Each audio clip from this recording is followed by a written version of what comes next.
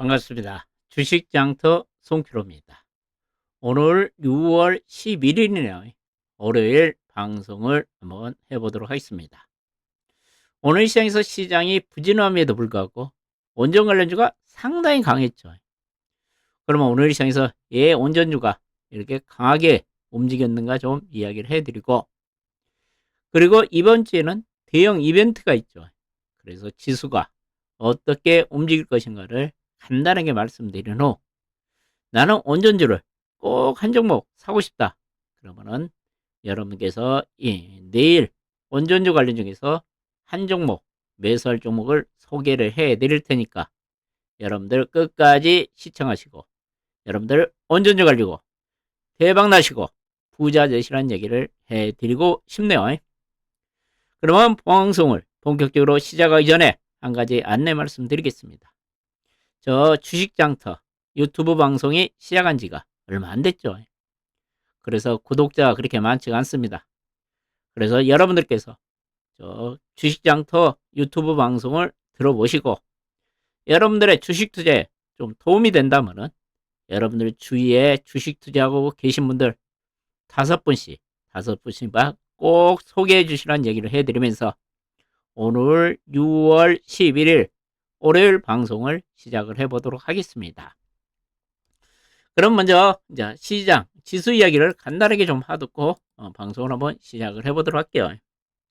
오늘 지수 이야기는 대신증권에서 나온 보고서를 보면서 간단하게 한번 이야기를 하도록 하겠습니다. 특히 이제 이번 주 목요일 날이죠. 13일 날 FOMC가 끝나죠. 13일 날이 저는 엄청나게 중요하다고 생각을 합니다. 그럼 13일 날 보면은 5월 CPI가 발표되고, 그 다음에 6월 FOMC가 끝나고, 그 다음에 또 13일 날 우리나라에서도 1년에 4번 있는 선물 옵션 만기일이죠. 그러니까 빅 이벤트가 목요일 날 3가지가 겹쳤습니다. 다시 한번 정리를 해드리면, 첫 번째, 이제 미국의 물가지표인 소비자 물가지수가 발표가 되고, 그 다음에 연준의 FOMC가 끝나고, 그 다음에 또 우리나라에서는 선물 옵션 만기일입니다. 여러 가지 대형 이벤트 3가지가 겹쳐 있다는 얘기죠. 그런데 그 중에서 이제 CPI도 상당히 중요하지만 또 FOMC 회의에서 이제 1년에 4번 점도표가 발표되죠. 그럼 점도표가 뭐냐? 연준 위원들이 나는 내가 앞으로 금리 정책을 어떻게 실시하겠다고 자기가 원하는 금리의 점을 찍은 거죠. 그것이 점도표죠. 이번 6월 FOMC 회의에서는 연준위원들 18분이죠. 8분이 이 점도표에 점을 찍습니다. 그러면 이 점도표의 점을 가지고 앞으로 이제 미국이 금년도에 금리를 몇 번 인하할 것인가를 우리가 알 수가 있죠. 지금까지 미국의 지금 점도표는 지금 금년도에 금리 3번 인하가 가능한 것으로 나오고 있죠. 그런데 이번에 점도표에는 변화가 예상됩니다. 제가 보면은 2번 정도 인하를 지금 할 것이라, 그렇게 이 2번 정도 금리 인하할 수 있는 점도표가 나올 것이라 그렇게 전망을 하고 있는데, 만약에 한 번 정도 금리 인하 점도표가 나오면은 중립금리죠. 정책금리가 올라가면은 금리 인하 횟수가 줄어든다는 얘기죠. 그래서 지금 대부분 전문가들은 2번 정도 인하할 정도로 점도표가 나올 것으로 예상되는데, 만약에 한 번 인하 점도표가 나온다면 시장에 충격을 줄 가능성이 있다는 얘기죠. 그래서 이번 FOMC는 점도표를 가장 우리가 중점적으로 봐야 된다는 얘기죠. 그래서 제가 보면 이번 주 수요일까지는 시장은 변동성을 보일 가능성이 있겠죠. 그리고 목요일 날 옵션 만기일, 그 다음에 CPI, FOMC 회의가 무사히 통과할 경우는 시장이 좀 안정을 찾지 않을까 그렇게 생각을 합니다. 그래서 내일 모레까지 시장은 좀 강반 분위기가 이어질 가능성이 있기 때문에 여러분들 좀 보수적으로 접근하시라는 얘기를 해드립니다.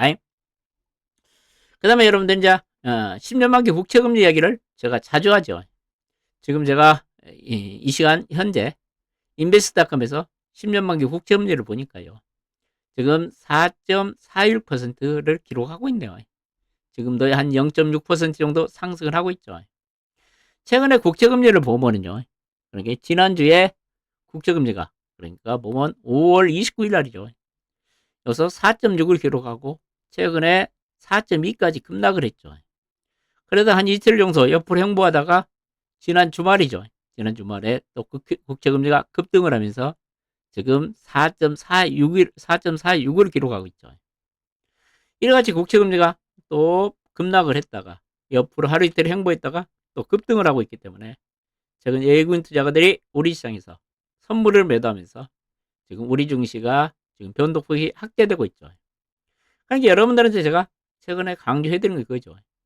이 미국의 10년간 기후 국채금리가 어떻게 움직이냐에 따라서 외국인들이 선물 매매의 방향성을 정하기 때문에 미국의 10년만 기후 국채금리 흐름을 반드시 체크하시라는 얘기를 계속 해드리고 있죠.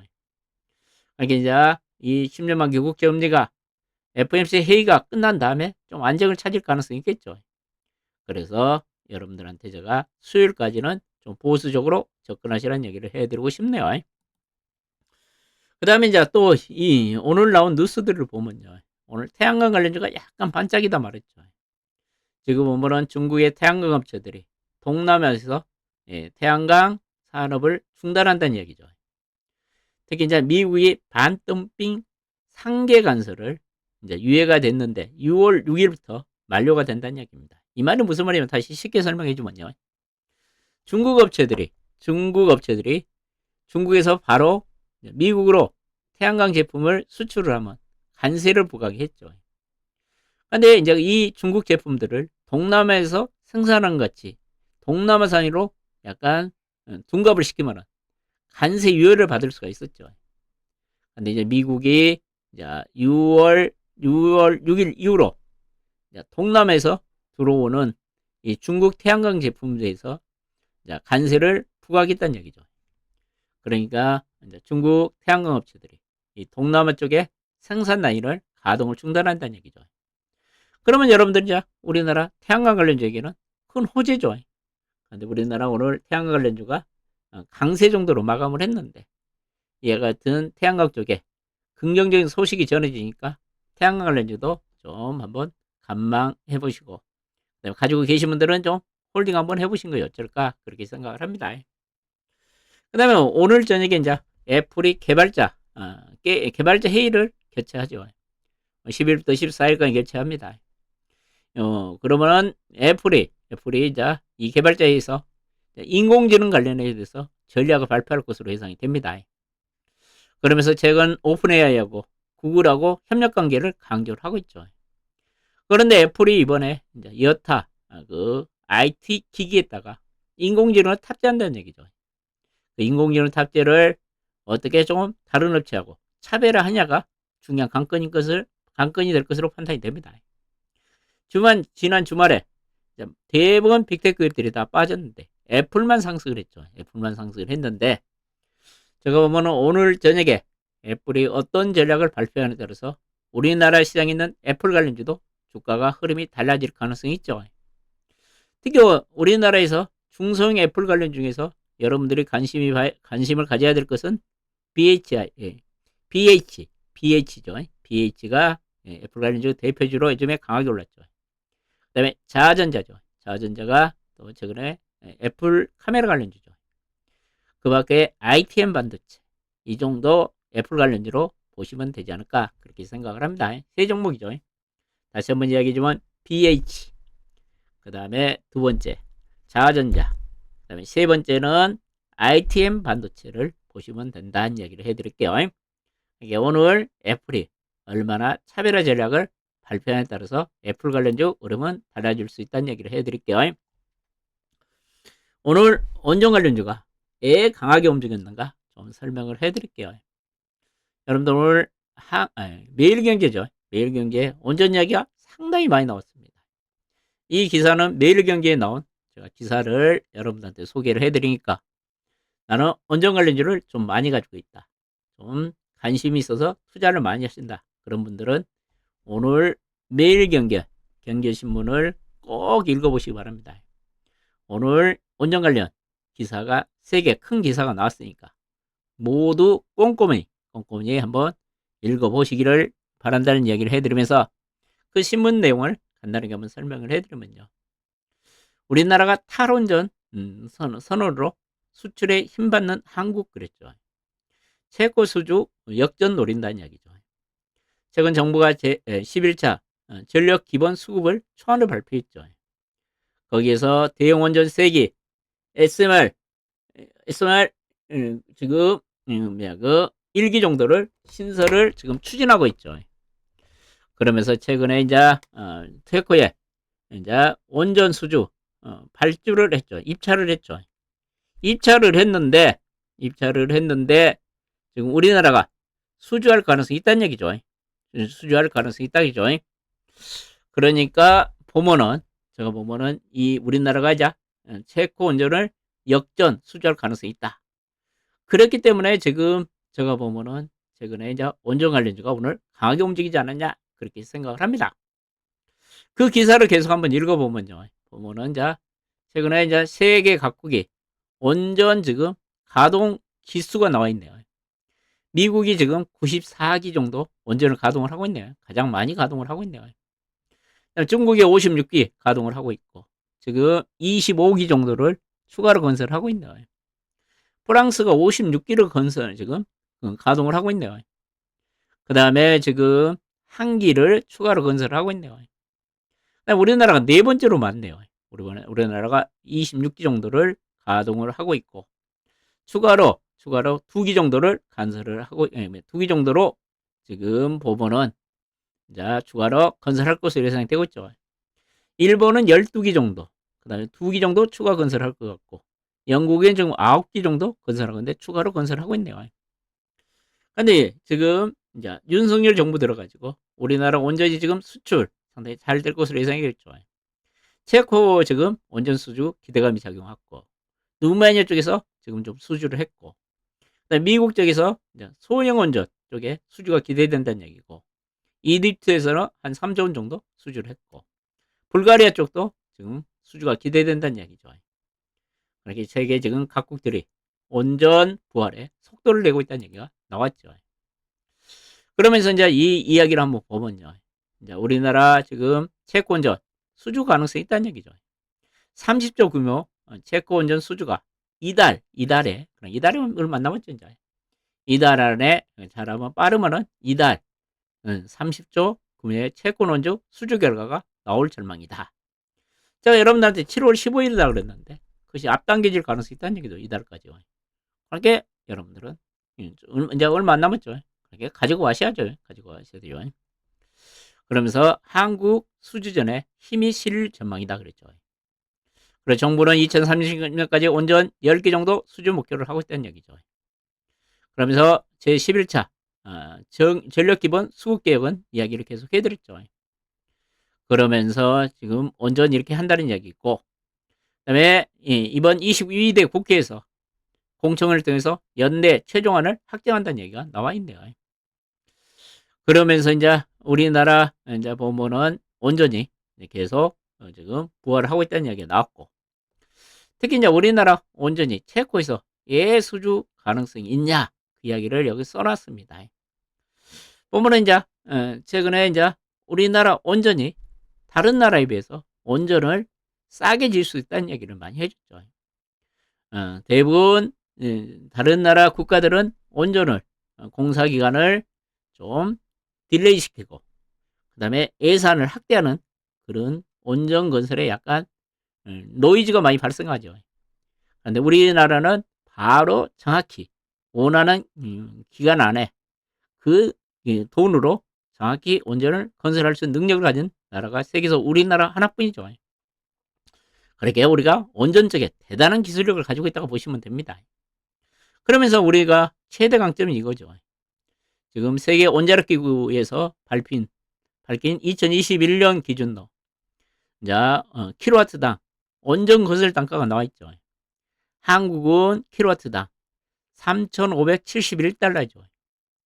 미국은 단가가 보면은 5,833달러죠. 우리나라보다 미국은 한 거의 80% 정도 비싸죠. 그다음에 프랑스는 킬로와트당 지금 원전 건설 단가가 7,931달러죠. 그럼 프랑스는 우리보다 2배가 더 비싸죠. 그럼 이번에 지금 체코에서 프랑스하고 우리나라가 지금 경쟁을 하고 있죠. 그러면 경제적인 측면에서 보면 우리나라가 당연히 수주할 가능성이 있겠죠. 쉽게 말해서 반밖에 안 되면 우리나라가 체코 원전은 30조 원에 지면은 건설하면 프랑스는 60조 원에 건설한다 그러죠. 그러면 여러분들 누구한테 맡기겠습니까? 우리나라한테 맡기겠죠. 돈이 적게 들어간 것도 아닌데 반값에 원전을 건설할 수 있기 때문에 우리나라에 당연히 맡기겠죠. 체코가. 그런데 참 이 원전이란 것이 이런 경제적인 논리보다는 정치 논리가 가끔 작용을 하고 있죠. 이제 체코가 프랑스와 같이 유럽 동맹국가죠. 그래서 정치적인 논리가 작용을 하면은 우리나라가 밀릴 수도 있다는 얘기죠. 근데 경제적인 논리만 따져가지고는 우리나라가 100% 수주한 것이 맞죠. 근데 이 모든 일들이라는 것이 경제적인 논리도 중요하지만 가끔 정치적인 논리가 가끔 정치적 논리가 작용을 하면서 일이 한순간에 바뀌는 경우도 있죠. 그러니까 우리가 체코 원전을 100% 수주한다. 그렇게 지금 장담하기는 이르지만 우리가 수주 가능성이 훨씬 프랑스보다 높다는 얘기를 해드리고 싶네요. 특히 이제 프랑스 같은 경우는 원전 공사 기간이 지연되고 있고 예산도 증가하는 경우가 비일비재하답니다. 그래서 우리나라가 프랑스 전력공사보다 훨씬 유리하다는 얘기죠. 지금 영국에서 이제 프랑스 전력공사가 영국에 지금 원전을 건설하고 있는데 원래 2027년까지 건설을 완료하기로 했는데 지금 2년간 또 지연되고 있다는 얘기죠. 공사비도 훨씬 더 많이 들어간다는 거죠.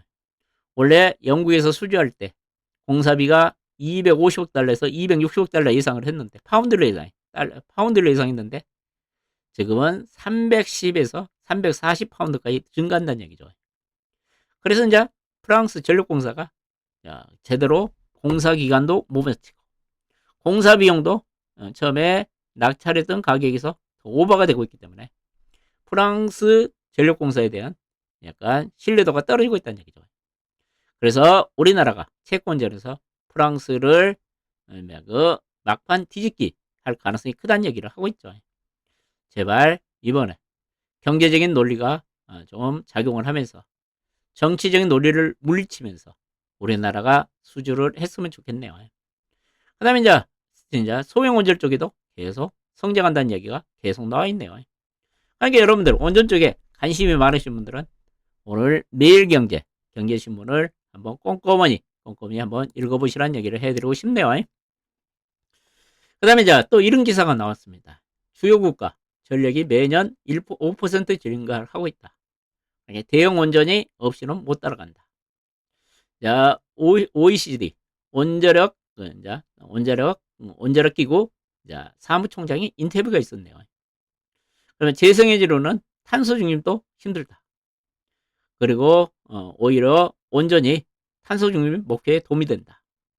그래서 한국 같은 경우는 원전 쪽의 신뢰성과 전문성이 입증되기 때문에 앞으로 한국이 원전 쪽에 엄청난 성장할 거다. 이런 내용이 있었습니다.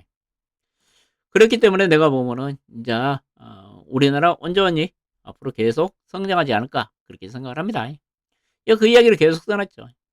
최근 글로벌 기후 위기하고 에너지 전쟁에서 독일과 일본도 최근에 원전 산업으로 유턴을 하고 있다는 얘기를 써놨네. 쭉 그 이야기를 써놨네요.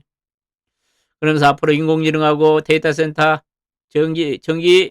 전기차 사용이 증가하면서 원전 그렇게 전력 수요는 급증한다는 얘기죠. 그래서 이 대형 원전밖에 대처를 못한다는 얘기죠. OECD 원자력 기구 사무총장이 이야기한 거죠. 그러니까 이 수요가 급증한 것을 대형 원전이 커버할 수밖에 없다는 얘기를 쭉 써놨네요. 그래서 탈원전을 선언했던 네덜란드, 벨기에 같은 국가도 탈원전에서 친원전으로 바뀌고 있다는 얘기를 쭉 써놨습니다. 이런 기사들이 오늘 나오면서 원전 관련주 또 호재로 작용을 했고요. 이것은 이제 일요일에 나온 기사인데요. 일요일날 기사가 어떤 기사가 나왔냐면요. 연합뉴스인가요? 연합통신에서 나온 뉴스인데요. 자, 미국이 비싸고 늦어도 온전 되살리기를 한다. 2050년까지 미국도 온전을 3배로 확대한다는 얘기죠. 미국 같은 경우도 전력 수요가 급증을 하고 있고, 그 다음에 탄소 중립을 위해서는 온전밖에 없다. 그래서 미국에서 이와 같이 온전 건설을 엄청나게 확대한다는 얘기죠. 바이든 정부가 미국의 원자력 발전소를 건설하는데 이제 여러 난관에도 불구하고 기후변화의 대응과 부족한 전력을 공급하기 위해서는 온전한 산업을 부흥을 적극적으로 추진할 것이라고 오스턴 포스트지가 밝혔다는 얘기죠. 그렇기 때문에 이와 같이 모든 국가들이 지금 온전의 논삽에 지금 부활에 지금 총력전을 벌이고 있다는 얘기죠. 이게 온전 관리주 계속 가지고 가시라는 얘기죠. 제가 여러분들한테 계속 그 이야기하죠. 온전 관리주 못 먹어도 고합시다. 못 먹어도 고합시다. 이 이야기는 아까 이야기랑 똑같죠. 미국의 온전 기업단이 방한한다 그랬죠. 체코 온전 입찰 발표한다 그랬죠. 하반기에 폴란드, 누마니아, 아랍에미리트, 영국 해운전 수주가 기대된다는 얘기죠. 그래서 온전 관련주 제가 7월 달에 가져가자는 얘기를 했죠. 근데 온전 관련주 오늘 대부분 종목이 강했죠. 그래서 여러분들도 온전 관련주가 사기가 상당히 어려울 것으로 예상되네요. 오늘은 이제 온전 관련 중에서 한전산업이 상한가를 기록하면서 강하게 올랐죠. 예, 강하게 올랐죠. 제가 여러분들한테 이 한전산업도 제가 여기서 추천드렸죠. 여기서요. 제가 보면은 제가 8,000원 존에서 추천드리다가 얘가 주가가 조금 며칠간 좀 옆으로 형보다가 급등을 했죠. 그 다음에 한 7일, 8일 정도 18일 빼고 또 오늘 상한가를 기록하네요. 참 이런 종목은 여러분들이 따라가기가 너무 좀 어려운 것 같은 생각이 들어요. 따라가기가 너무 힘들죠. 그래서 이런 것은 제가 보면은 매매가 너무 어렵지만은 오늘 상한가를 기록한 거 보면은 역서 지난주 금요일날 판 사람은 땅을 치고 후회하겠죠. 이렇게 상한가를 쳐보니까요. 정말 주식이 어렵죠. 이건 변동성이 너무 큰 것 같은 생각이 듭니다. 그 다음에 오늘 BH 같은 것도 원전 관련 중에서 상당히 강했죠. BH도 오늘 시장에서 보면은 주가가 오늘 9% 정도 올랐죠. 얘도 많이 소개해드린 종목이죠. 얘도 내가 보면은 이제 고점을 뵙고 추가적인 상승가 이어질 가능성이 있죠. BH도 계속 관심 가지고 그 다음에 여러분들 홀딩하는 전략 좋아 보이고요. 그 다음에 지수파워 같은 경우도 오늘 많은 분들이 질문하신 것 같는데 이것도 가만히 가지고 가시면 됩니다. 추가적으로 매수를 해도 된다고 봅니다. 이 종목은 원전 관련이지만 최근 국가로부터 그 냉각 장치죠. 액침 냉각이죠. 액침 냉각의 국제 가제 수용업체로 선정이 됐죠. 우리가 이제 보면은 우리가 데이터 센터에서 냉각시키는 방법이 3가지가 방법이 있죠. 첫 번째 우리가 흔히 사용하는 공기로 우리가 여러분들 PC에 보면 공기 팬이 돌아가면서 잉 소리 나죠. 공기 이제 공냉식이라고 그러죠. 그다음 이제 열이 나는 주위에 이제 물을 통과시켜 가지고 냉각하는 것이 순행식이라고 그러죠. 그다음에 요즘에 새롭게 부각되고 있는 액침 냉각이죠. 액체에다가 이제 서버 같은 것을 그대로 물에 담근다는 얘기죠. 그러면 서버가 바로 냉각이 돼가지고 바로 정상화된다는 얘기죠. 액침 냉각 국책 연구 업체로 선정이 됐습니다. 계속 홀딩하셔도 될 것으로 예상되고 밀리면 추가 매수도 좋아하고 나는 좀 안전한 온전 관련주를 한번 사보고 있다 싶으면 한전기술을 사시면 어쩔까 그렇게 생각합니다. 한전기술은 유일하게 우리나라 온전을 설계할 수 있고 그다음에 건설할 수 있는 그런 기술력을 가지고 있는 업체죠. 근데 저기 공기업이라 주가가 좀 못 움직이고 있는데 한전기술도 한번 좀 안전하게 좀 나는 돈을 크게 하신 분들은 한전기술 같은 종목 꾸준하게 가져가서도 한번 꾸준하게 한번 밀리면 사셔가지고 좀 장기 투자해도 되지 않을까 그렇게 생각을 합니다. 상대적으로 이제 보면은 나는 좀 묵직한 종목, 변동폭이 적은 종목을 관심 가지면 한전기술 한번 관심 가지라는 얘기를 해드리면서 오늘 6월 10일이죠. 월요일 방송을 마치도록 하겠습니다. 여러분 이번 주도 즐거운 한 주 보내시고 또 다음 영상 때 여러분을 찾아뵙도록 하겠습니다. 끝까지 애청해 주셔서 진심으로 감사를 드리면서 오늘 방송 이것으로 마치도록 하겠습니다. 고맙습니다.